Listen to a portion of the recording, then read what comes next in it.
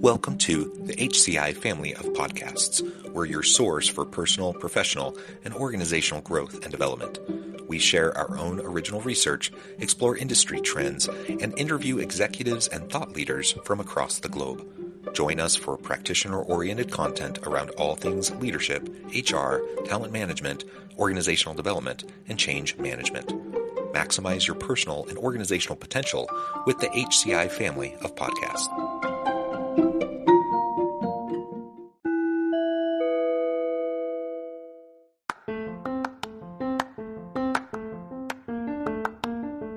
Welcome to the podcast. In this podcast episode, I talk with Alfred Ishak about the causes, consequences, and solutions for burnout in the workplace.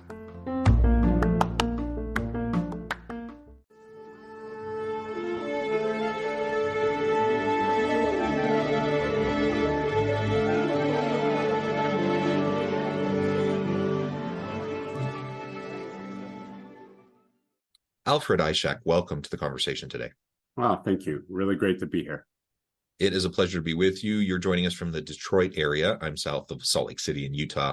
And today we're going to be discussing the causes, consequences, and solutions for burnout in the workplace. I think we've all felt it during the pandemic in particular. I think it was very challenging. I don't know about you, Alfred, but I was, me and my wife are both, working full time. We have 6 children. We were trying to do like the homeschool stuff while everything was on lockdown, mixed with our own jobs. And it was just a nightmare, right? Yeah. It was, so burnout can happen anytime. I think for people who may not have experienced it too much previously, I'm sure most people experienced it to some extent during the pandemic. And now the new reality is, how do we balance all the competing priorities and interests of employees, and how do we help create a healthy workplace environment where they can do their best work? As we get started, I wanted to share Alfred's bio with everybody. Alfred Ishak is Vice President of People Strategy at Human8, with more than 15 years of experience in consumer insights, market research, analytics, and he brings a unique blend of authentic leadership, customer-centric strategy, and a disruptive growth mindset to drive organizational change and operational results. Now, I could say a lot more about your background, Alfred, but I'm going to pause there. Anything else you would like to highlight by way of your background or personal context before we get started? No, that was great. I guess I would just add that the organization I work for, Human8, we're a global consultancy. So we're a professional services organization, which I think adds some interesting context to this conversation, because we're talking about employee burnout. We're talking about kind of when employees are feeling like overly stressed and depleted of energy at work. And we do have to put that in the context of the type of work that we do. We're not saving lives. We're not ER doctors. Our work is important, but it needs to be addressed with the right type of perspective. So I just want to make sure people know the kind of industry I'm coming from. Very good. And, we've already introduced the topic of burnout just a little bit. Again, I think we all have experienced that to some extent. Why do you think the prevalence of burnout is rising so much recently? Yeah, well, you brought up the pandemic, and I hope at some point soon we can stop talking about the pandemic as a cause for a lot of this stuff. But it really did bring some things to light. We had a lot of people who are parents who were dealing with not only keeping their kids home from school and working with their education, but now dealing with the effects of those kids that weren't in the right social settings for a long time. We're inundated by cultural stressors. They feel more abundant these days, or at least are more apparent, since they're so in our face through social media and other platforms. And then you have the current economic conditions. Business conditions are creating tighter and tighter operating margins. So it just seems like the environment is ripe for people to be feeling this type of burnout.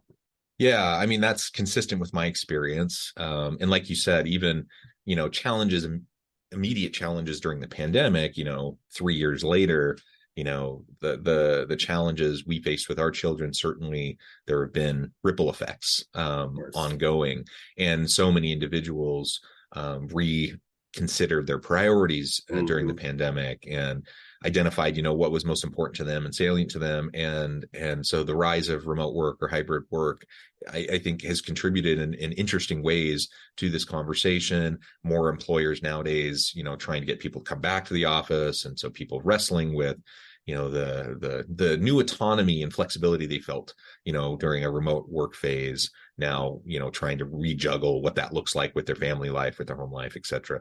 Sure. All of that layered on top of the social strife, the political strife, the economic strife, like everything. I certainly feel like it's more prevalent today than it was, even 5 years ago. Just the daily grind of just like waking up to all the crazy news that's happening, and all of that. We can't just divorce that. We can't just say show up to work as a professional and like leave all that behind. Right. That's not how people work. Exactly. It all bleeds together, and so there really are just those ongoing impacts.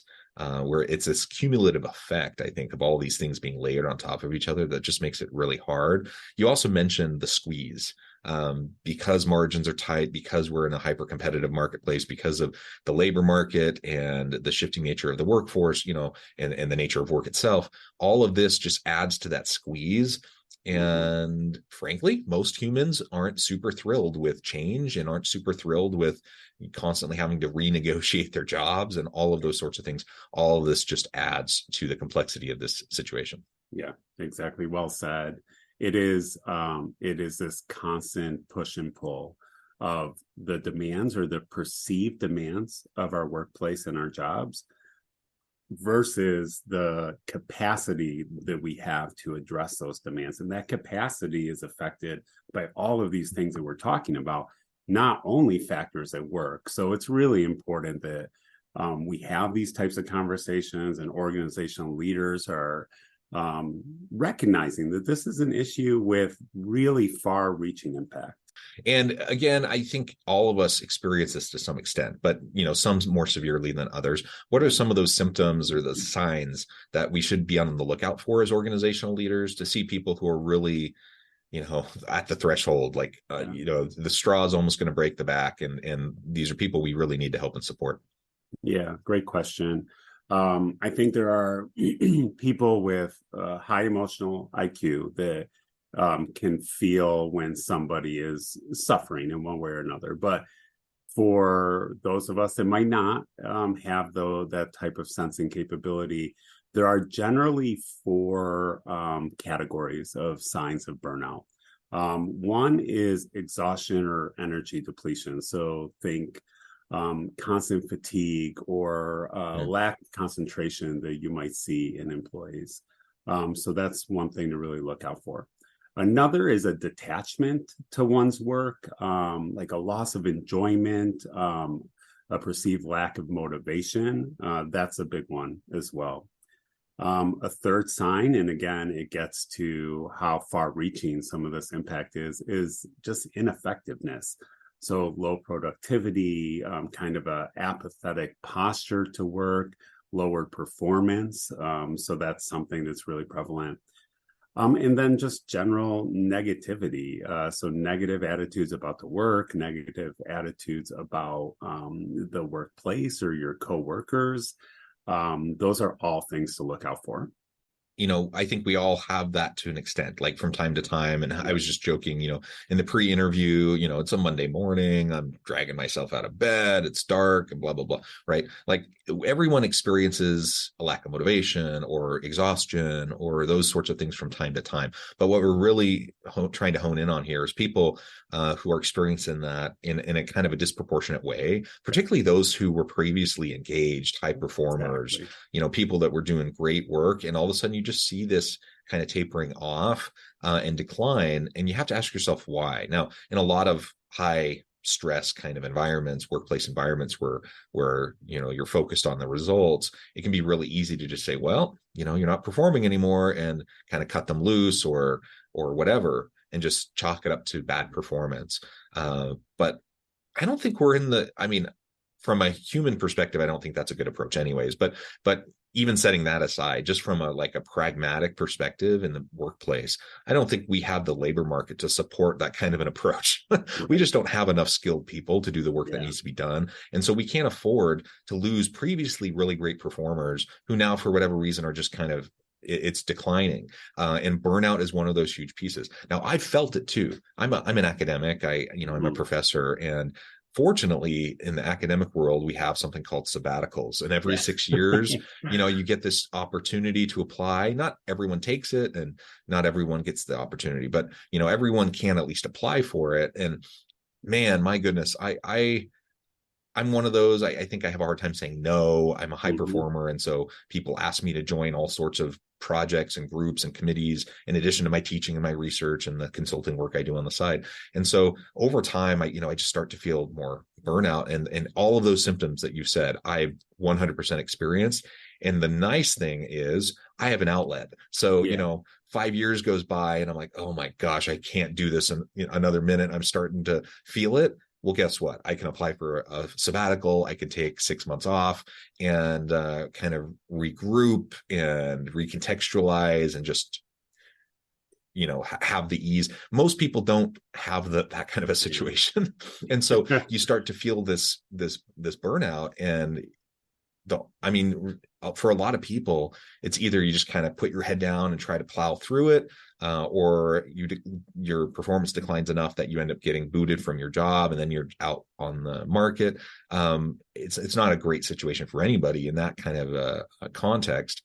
So what do you see as some of the primary ways leaders can step in once they've acknowledged this, once they see these symptoms, the signs? How can we step in and try to reconcile this with our team, so that we can help those great performers become great performers again, so we can help provide the support that they need?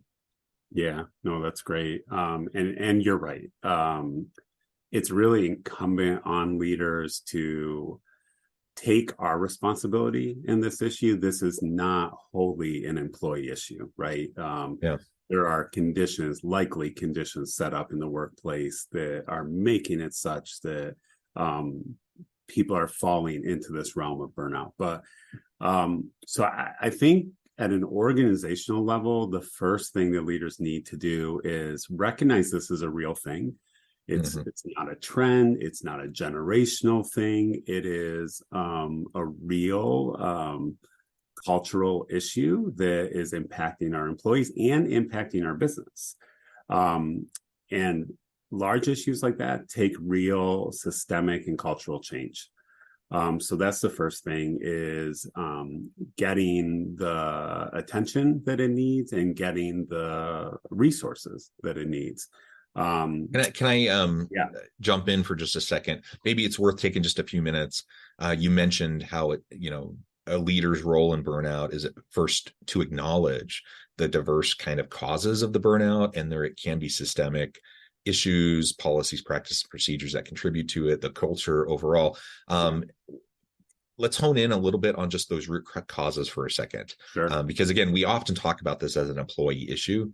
And it is to an extent, right? Obviously, and I think of my own experience when I'm experiencing burnout, like I need to take responsibility for like overextending myself and like doing those sorts of things. But there's a reason why I overextend myself, and there's a reason why I do the things that then lead to burnout. So what are some of the most common root causes that you see? Yeah. And that's exactly right. If we get back to that idea that it is this kind of equation, right? There's this imbalance that's existing between the demands on a person and that person's capacity to respond to those demands. If you think of that demand side, there's so much that can go wrong and often goes wrong. Think unrealistic workloads. This is really common in American corporate culture right now, that it's almost, the organization has a set of responsibilities and a set of goals and objectives, and key people are often tasked with so much of it that it becomes very unreasonable at times and very daunting for people at times. That coupled with timelines and deadlines that might be unreasonable. So that's one key thing, is workloads and timelines. Also, something that I notice is really prevalent is just a lack of clarity on expectations, a lack of clarity on roles. So people often are performing with really incomplete information on what's expected of them, what it looks like to be successful, who else has responsibilities in the same realm. So just lack of clarity. And along with that's poor communication. Often you have leaders setting visions, and then there's maybe a second layer that is supposed to maybe take that vision and put it into more operational plans. And a lot gets lost along the way. And then before you know it, the people on the front lines who are actually responsible for doing the work and carrying forward these plans really don't have the context they need, don't have the why that they need.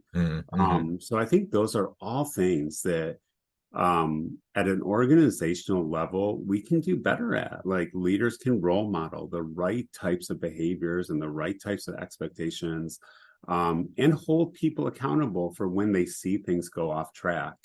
So those are some things that come to mind right away. Yeah.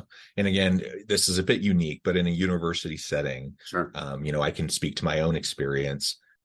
I'm kind of known as a bit of a workhorse. I'm a doer. I get stuff done. I've been seen as a high performer on campus. I enjoy what I do. My why is clear. Like I have all those things in place. What really gets me is when I see inconsistencies in how administration or the executive leadership handles different situations. And when I'm trying to, fulfill the kind of the mission, the roles that I've been given, and feeling like the kind of this insane inconsistent bureaucracy is hindering me. So I'm not being supported. In fact, it's like I'm sitting in the deep end of the pool, treading water, and then people are like piling weights on top of my head, right? Or like I'm pounding my head against a brick wall repeatedly trying to get something done. And for me, that's where it really starts to hit in. Like, and then as you talked about, like the negativity, it's really easy to start to succumb to the negative thought patterns. And most people aren't waking up in the morning thinking, how am I going to make John's life difficult today? Yeah. Like that's not something that happens. And, they're just doing the best they can in their work. Yet, this environment is contributing to just the frustration and the sense of not being able to accomplish what I've been tasked to accomplish, et cetera. And I think that's a big contributor to the burnout, I know, at least that I've felt in the past. For sure. I mean, not having the right support around you, facing any type of toxicity in the workplace, that's all going to just add and compound. And that's why we're in the situation we're in right now, is because all of these things connect to one another. And you're right, John, like nobody is trying, I mean, for the most part, I hope nobody's trying to make anybody's life uniquely more difficult. But in this complex system that we've created in our workplaces, so much can go wrong. And it does lend itself to all of these factors, just creating not the greatest work environment for some. Yeah. So leaders taking responsibility, understanding their role in connection with the role of the individual employee. Now, what can we really do to address this, prevent it ideally, but be proactive about responding to it when we start to see the signs within our teams and within our the people in our teams? Yeah, that's a great question. So I think one thing is setting an inspiring vision that employees can connect with. There's so much research that I'm sure you're very well aware of, that points to, if there is no connection between an employee's individual purpose and that the purpose of their company, the purpose of their organization, things can get off track really easily. So it is really incumbent on leaders: create something inspiring, create something that people can connect with, because that will at least lend itself to motivation to kind of carry that charge to meet these collective goals with an organization. So once you have that, then it's really about creating a supportive and open work environment that's underpinned by both psychological safety So people feel like there's real openness to taking care of one another, to doing the things that create the right conditions around each other, but also that's underpinned by accountability. When people don't behave the way that you would hope, when leaders aren't setting the right examples or creating unrealistic expectations, they really need to be held accountable. And you mentioned that, that lack of consistency in what we expect from one another and what we hold each other to is really a problem. So psychological safety and accountability. And divert resources to wellness programs. This is not just an HR issue, but your HR departments, your wellness people, they're the people that can get in the resources for better mental and emotional wellness programs. So making sure that you are diverting those resources to where we need it.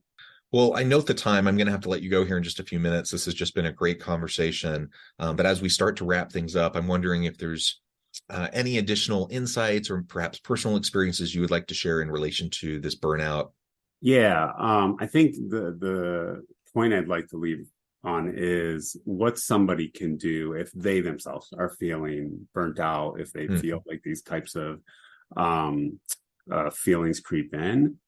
Number one, acknowledge it. It's okay. It's natural. All of us, like you said, John, have experienced these types of things.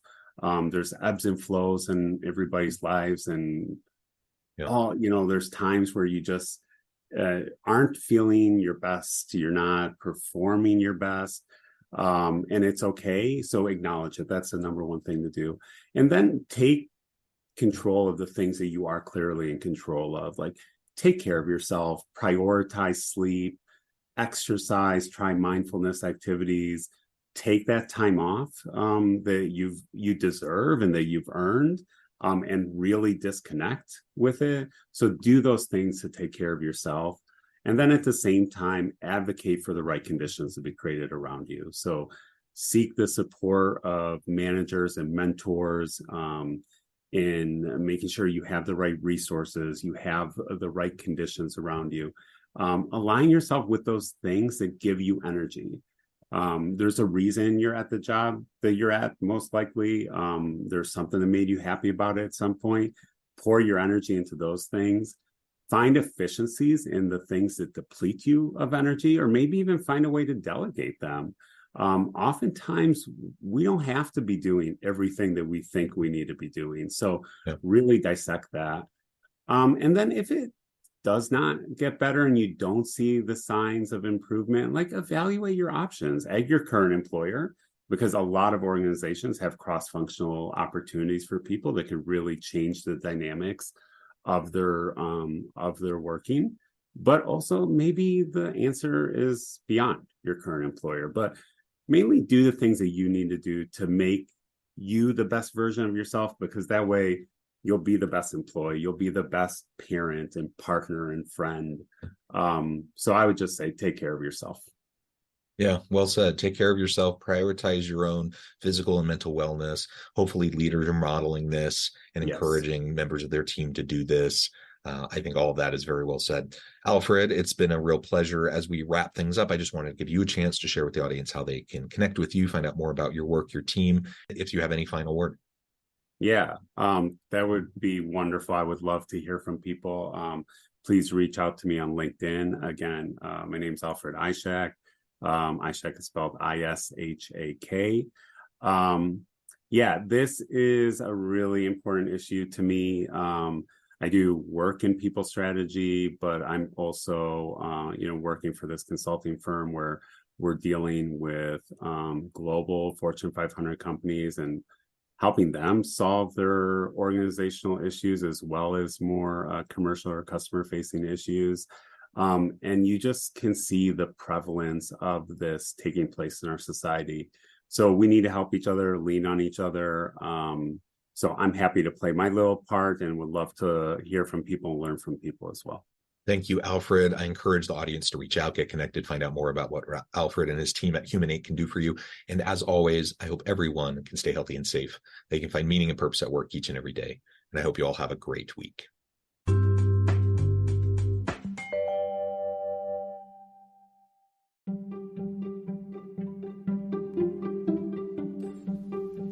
Thanks for joining us for this episode of the podcast.